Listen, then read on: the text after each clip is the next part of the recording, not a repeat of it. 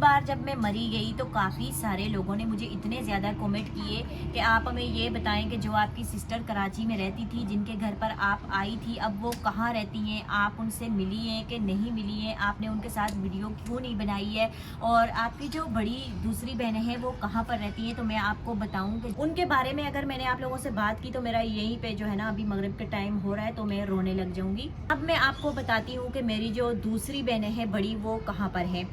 आज बच्चों ने बोला है कि हम नाश्ते में पराठे नहीं खाएंगे, तो मैंने मंगवाई है ब्राउन ब्रेड और यहाँ पर मैंने बनाना है ऑमलेट। चाय भी तैयार हो चुकी है और बच्चे जो है ना अभी रेडी हो रहे हैं। इस फ्राइंग पैन के अंदर अंडा चिपक जाता है। ऑयल थोड़ा ज़्यादा डाल कर देखती हूँ, शायद आज ना चिपके। आज नहीं चिपका है, उस दिन शायद मैंने ऑयल जो है ना कम डाला था, इसलिए इसके साथ चिपक गया था। तो मैंने इसके अंदर ना ऑमलेट बनाना ही छोड़ दिया था कि इसके साथ चिपक जाता है।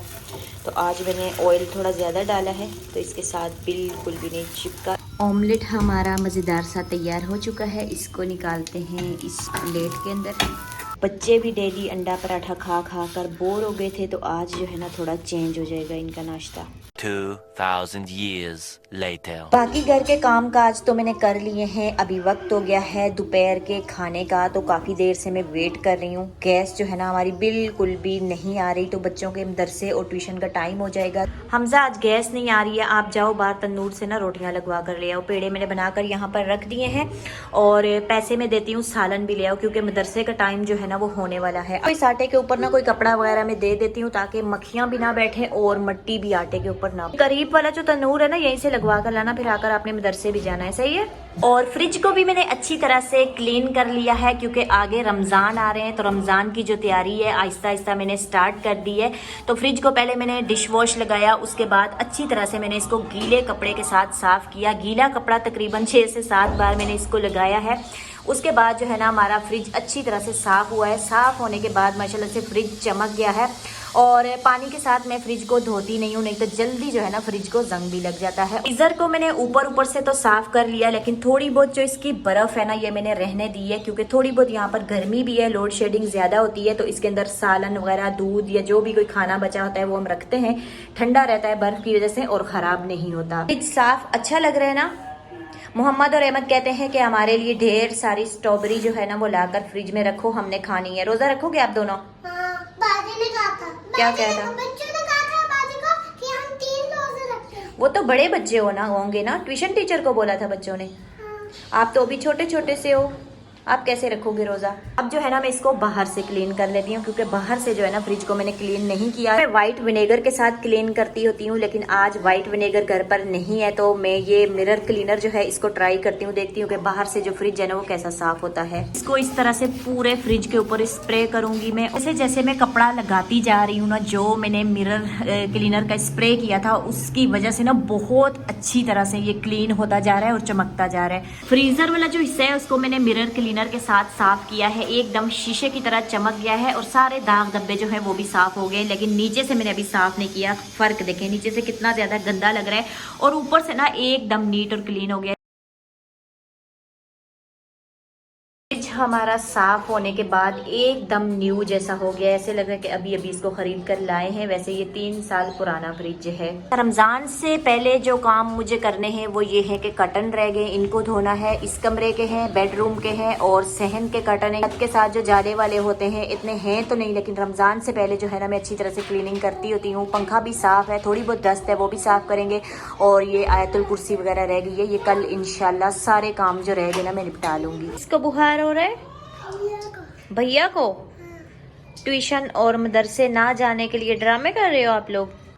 अस्सलामुअलैकुम, कैसे हैं आप सब? मैं उम्मीद करती हूँ सब खैरियत से होंगे। अल्हम्दुलिल्लाह मैं भी बिल्कुल ठीक हूँ। डेली की रूटीन के काम काज करने के बाद बच्चों को खाना खिलाया, खाना खाने के बाद बच्चे मदरसा और ट्यूशन पढ़ने के लिए चले गए। उसके बाद मैं फ्री होकर आ गई हूँ ऊपर अपनी छत पर। अभी मैंने अपना हेयर वॉश करना था क्योंकि रात को मैंने अपने बालों में अच्छी तरह से ऑयलिंग की थी और रात को तकरीबन 11-12 बजे के करीब मैं अपनी वीडियो एडिट कर रही थी। तो मेरी शुरू से आदत है कि जब सारे दिन भर के काम काज खत्म हो जाते हैं, बच्चे सो जाते हैं, मैं फ्री हो जाती हूँ, तो रात को जो है ना मैं अपनी वीडियो बैठकर एडिट करती हूँ। अच्छा, मैं वीडियो एडिट कर रही थी तो मेरे सर में इतनी शदीद किस्म की दर्द हो गई, तो फिर मैंने बालों में ऑयल वगैरह लगाया और सुकून जब मुझे आ गया तो फिर मैंने अपनी वीडियो एडिट की और उसके बाद 2-2:30 बजे जो है मैं सो गई। सर्दियों में मेरे बाल बहुत ज़्यादा झड़ने लग जाते हैं, सर में खारिश होती है, खुश्की बहुत ज़्यादा हो जाती है, तो मैं अपने लिए एक ऑयल तैयार करती होती हूँ। लेकिन इस बार मैं नहीं कर सकी, गाँव चली गई, दूसरा मेरे पास टाइम नहीं था। नहीं तो ये सब चीज़ें जो यहाँ पर लिखी हुई ना, मैं पंसार की दुकान से लेकर आती और अपने लिए घर पर ऑयल तैयार करती, लेकिन टाइम ही नहीं था। फिर मेरी नज़रों से ये वाला ऑयल गुजरा तो मैंने बोला कि ये चीज़ें सारी इसके अंदर मौजूद हैं, तो फिर मैंने इसको ऑर्डर किया। ऑर्डर करने के बाद ये मेरे घर पर पहुंचा। तकरीबन 1 हफ्ते तक मैंने इसको यूज़ किया है। आप देख सकते हैं ब्लैक सीड्स जो है ना, इसके अंदर भी पड़े हुए हैं और बाकायदा नज़र आ रहे हैं। अच्छा, 1 हफ्ता मैंने इसको यूज़ किया। 1 हफ्ते में मेरा हेयर फॉल रुक गया, बालों की ग्रोथ भी ठीक हो गई, बालों की खुश्की भी ठीक हो गई, बालों से खारिश भी खत्म हो गई। अच्छा, ये सल्फेट फ्री है और इसके अंदर कोई भी केमिकल नहीं है। हेयर वॉश करने से 2 घंटे पहले भी यूज़ कर सकते हैं या ओवरनाइट इसको लगाकर छोड़ दें। बाद में अपने हेयर वॉश करती हूँ ऑर्गेनिक हर्बल मैजिकल इस शैम्पू से। ये बालों का हेयर फॉल को रोकता है, बालों को लंबा करता है, घना करता है, मजबूत करता है, क्योंकि ये सल्फेट फ्री है, पैराबीन फ्री है। इस तरह बालों के लिए ऑयल ज़रूरी है, शैम्पू ज़रूरी है। अच्छा, इसी तरह से अच्छा कंडीशनर भी बालों के लिए बहुत ज़रूरी है। तो शैम्पू करने के बाद कोकोनट मिल्क हेयर कंडीशनर जो है ना, ये मैं अपने बालों पर 5 मिनट के लिए लगाती हूँ। बालों की पूरी लेंथ के ऊपर इसको अच्छी तरह से लगाना है, 5 मिनट के लिए छोड़ देना है। 5 मिनट के बाद अपने अपने बालों को भी धो लेना है। ये सल्फेट फ्री है, पैराबिन फ्री है, आपके बालों को नरिश करता है, सॉफ्ट बनाता है, सिल्की बनाता है। ऑयल, शैम्पू, कंडीशनर तकरीबन 1 हफ्ते से मैं और आमना दोनों यूज़ कर रहे थे। तो मैं सोच रही थी जब इसका मुझे अच्छा रिजल्ट मिलेगा तब आप लोगों के साथ शेयर करूंगी, अगर रिजल्ट ना मिला ना तो मैं आप लोगों के साथ शेयर नहीं करूंगी। और सीरियसली इससे हेयर फॉल रुका है और बाल जो है ना एकदम सिल्की स्मूथ हो गया। मेरे सर में ना बहुत ज़्यादा खुश्की हो गई थी, वो भी ख़त्म हो गई है। और अगर आप इन तीनों चीज़ों को ऑर्डर करना चाहते हैं तो ऑर्गेनिक ब्लूम की जो लिंक है मैं आपको डिस्क्रिप्शन में दे दूंगी, वहां से जाकर आप इनको ऑर्डर कर सकते हैं। अगर आप मेरा कूपन कोड यूज़ करेंगे AN10 तो आपको इन चीज़ों पर अच्छा खासा डिस्काउंट भी मिल जाएगा। करते करते पता ही नहीं चला शाम हो गई है और फ्रिज की ये जो वेजिटेबल बॉक्स होते हैं, रैक्स होते हैं, ग्रिल्स होती हैं, ये सारी चीज़ें मैंने धोकर यहाँ पर सूखने के लिए रख दी हैं। जब ये सूख जाएंगी तो इनको फ्रिज के अंदर सेट कर लेंगे। इस बार जब मैं मरी गई तो काफ़ी सारे लोगों ने मुझे इतने ज़्यादा कमेंट किए कि आप हमें ये बताएं कि जो आपकी सिस्टर कराची में रहती थी, जिनके घर पर आप आई थी, अब वो कहाँ रहती हैं, आप उनसे मिली हैं कि नहीं मिली हैं, आपने उनके साथ वीडियो क्यों नहीं बनाई है, और आपकी जो बड़ी दूसरी बहनें हैं वो कहाँ पर रहती हैं। तो मैं आपको बताऊँ कि जो मेरी सिस्टर कराची में रहती थी ना, कुछ अर्सा पहले उनके हस्बैंड बहुत ज़्यादा बीमार हो गए थे, तो वो लोग यहाँ से गांव शिफ्ट हो गए थे। और जब वो गांव में शिफ्ट हुए तो उनके हस्बैंड वहाँ पर भी बीमार रहे और 2-3 साल पहले उनका इंतकाल हो गया। अच्छा, उनके इंतकाल पर मैं कराची में थी और मैं वहाँ पर नहीं जा सकी। तो इस बार जब मैं गई तो मुझे उनके हस्बैंड की वजह से भी जाना था, उनसे भी मिलना था। तो जब जाने के बाद मैं 2-3 दिन अपनी दूसरी सिस्टर के घर में रुकी, जिसके घर में मैं रहती थी। आप लोगों ने मेरी वीडियोज़ भी देखी हैं। फिर मैं अपनी उस सिस्टर के घर में गई हूँ जो कराची में रहती थी। तो उनके घर में मैं रही क्यों नहीं हूँ, रुकी क्यों नहीं हूँ, ये मैं आपको बताती हूँ। उनका घर एक पहाड़ी के ऊपर है, बहुत ज़्यादा वहाँ पर ठंड होती है, चारों तरफ से वहाँ पर हवा पड़ती है। चलो मैं तो सर्दी बर्दाश्त कर लेती हूँ क्योंकि मैं हूँ ही उधर की, तो आमना वहाँ पर सर्दी बर्दाश्त नहीं कर सकती थी। तो इसलिए जो है ना सिर्फ मैं उनके घर 2 दिन रुकी हूँ। तो आमना की तबीयत थोड़ी बहुत ख़राब हो गई थी, फिर मैं अपनी दूसरी सिस्टर के घर पर आ गई थी। अच्छा, अब मैं आपको बताती हूँ कि मैंने उस सिस्टर के साथ वीडियो क्यों नहीं बनाई। अच्छा, वो वीडियो में नहीं आना चाह रही थी और बच्चियाँ भी जो है ना वो भी शर्मा रही थी, कहती कि हमने वीडियो में नहीं आना। तो इसलिए मैंने मुनासिब नहीं समझा कि वो नहीं आना चाह रही थी, मुझे फिर क्या ज़रूरत थी वीडियो बनाने की। अच्छा, अब मैं आपको बताती हूँ कि मेरी जो दूसरी बहनें हैं बड़ी, वो कहाँ पर हैं। एक तो वो सिस्टर है जो मेरी कराची में रहती थी, जिनके घर पर मैं आई हूँ, तो वो है।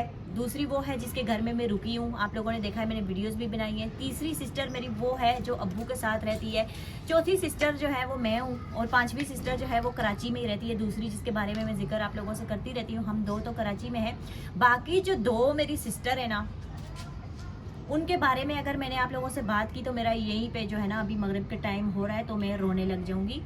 तो इसलिए मैं आप लोगों से माजरत चाहूँगी, उनके बारे में मैं आपसे बात नहीं कर सकती। वो कहाँ हैं, कैसी हैं, क्या है, उसके बारे में मैं आपको नहीं बताऊंगी। तो अभी मगरिब का टाइम हो रहा है, नमाज भी होने वाली है। तो आज के लिए बस इतना ही। आपसे मुलाकात होगी किसी नेक्स्ट अच्छी सी वीडियो के साथ। तब तक के लिए अपना ख्याल रखिएगा और मुझे भी दुआओं में याद रखिएगा। अल्लाह हाफिज़।